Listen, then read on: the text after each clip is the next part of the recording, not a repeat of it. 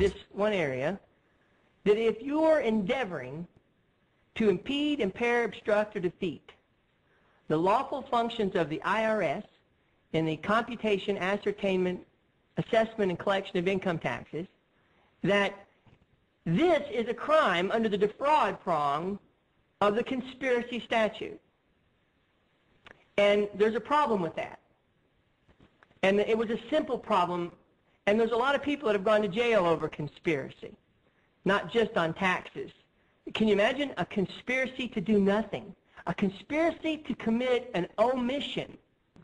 All right? Are you with me? And so all of a sudden we have this conspiracy to do something not prohibited by law, to do something that is legal. It is not prohibited for a man to impede, impair, obstruct, and defeat the IRS's function in the computation, ascertainment, assessment, and collection of income taxes. But right now, under our current system, it is a conspiracy, it is a crime, and it is illegal if two or more people think about doing what that one man can do without threat of punishment. So two people can conspire to impede, impair, obstruct, and defeat the IRS's function, and that's a crime under Section 371. But if one of them actually succeeds in doing it, it's a legal act. And see, that doesn't make any sense to anybody that thinks rationally. How can two people think about doing something, and that something then becomes, that even though they didn't do it, they just thought about doing it, and that's a crime, but one of them go do it all day long. Both of them can take different angles and go do the same thing on both sides of the street, and both of them have not committed a crime. Now, all of a sudden, I get your attention, because we can't have it both ways. You can't say Congress doesn't have to write anymore a law that is making an act illegal. And what even got worse in this one area, which told me so much about that we're right on it and that we have to get rid of it, was that in the federal system we have a sentencing guideline that the judges have had a couple of years of hell, and I know I gave them a little bit of it, because they are all inconsistent in what they're doing. They love having arbitrary and capricious power. They don't like having to act within two boundaries. They don't like it. And so they do things to construe things to go outside those boundaries and like, well, what are you going to do about it? And in particular, in the sentencing guidelines, the United States sentencing guidelines, I found there's a specific guideline if you are found guilty of impeding, impairing, obstructing, and defeating the IRS in their function of all those four words I used. They have a guideline that tells a judge, here's how much you can sentence a person if a jury finds them guilty of impeding, impairing, obstructing, and defeating.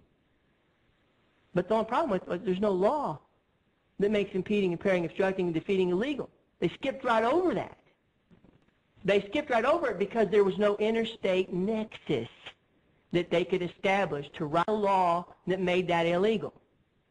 See, if the interstate nexus doesn't exist in the federal law, then Congress isn't regulating commerce among the several states. And therefore, the act that they have written violates the powers of the 10th Amendment. And the 10th Amendment say that all powers not given to the United States, I'm making it in simple terms, is reserved to the states who gave them their limited power or to the people who gave the states the power. It's a real simple concept. So Congress has to act within its limited area. And what I want to present to you tonight in a way that you can understand, the way that the world needs to understand why we can't have the IRS anymore in the United States of America. We can't have it. We can't endorse it. But this has nothing to do with taxes. And get that very clear. This has to do with penalties, civil penalties, for people who don't do a thing they are told by somebody, but not the law, that they are required to do. Penalties criminally on the federal level on those people who are threatened with a crime if they don't act. Can you imagine living in a place, living in a country, where if you just exist, by that mere existing, if you fail to do something in that existing, you've committed a crime against your government? You're looking at a guy who for 14 years has relied upon the giving from other people to survive. I've never had something to sell. And if you look at what they've done to me, first they made up numbers using statistical information in 1996. They couldn't find anything that I had made as income. They weren't confined to the word income, so they went up and made Bureau of Labor Statistics and then imposed a tax for 6 years on me based upon those Bureau of Labor and Statistics. I challenged that as unconstitutional. I challenged it as a violation of the 13th Amendment, no slavery. You can't just make stuff up. I went all the way to the Supreme Court of the United States on June 18th, 1998. The Supreme Court decided they were not going to consider my question. On July 22nd, Congress wrote Section 7491 that made any court proceeding where the items of income were constructed using statistical information, the burden shifts to the Secretary of the Treasury to prove those numbers in any court proceeding. So even though I lost my Supreme Court case, America won with the challenge. They heard it. They didn't want to address it in a written opinion like Roe v. Wade, but they got the message. And I understand I've done that. I could give you numerous examples over the last 14 years where they have refused to acknowledge what I'm telling you, and then they've done it their own way. Overhauling the IRS was just a small part of that.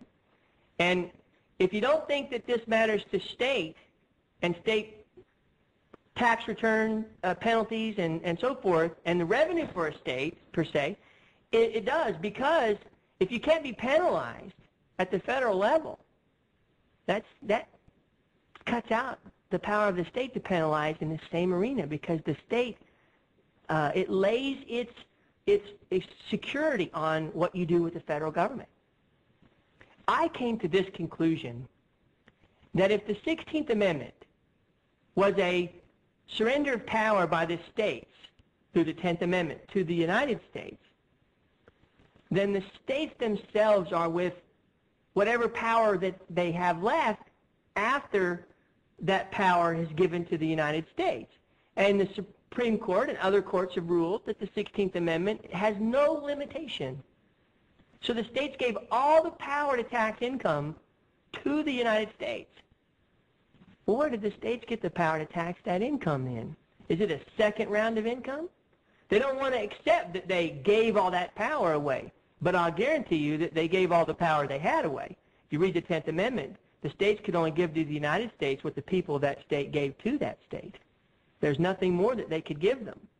And of course, I knew when I was ready to go live again, when I was having to write briefs to a federal court telling him that the reason why the government was wrong was because have is a present tense verb. I knew at that point that I was here, and I'll give you another thing that's kind of unique to me, and I watch it very carefully because I believe God brought me here for a reason, and I'm more afraid of not accomplishing what He set me out to accomplish than I am on all the things that stand in my way to accomplish that. But today is March 4th, 2006. And I'll just give you something to think about as we go through here. March 4th, 200 in 06. 200 in 06. March 4th to 00, that's March 4th, 2006. You got to think about it a minute. But that's why we're here. We're going forward to break the nexus. I gave the IRS 7 years after the Revenue and Restructuring Act was passed, and they are now trying to construe it as meaningless.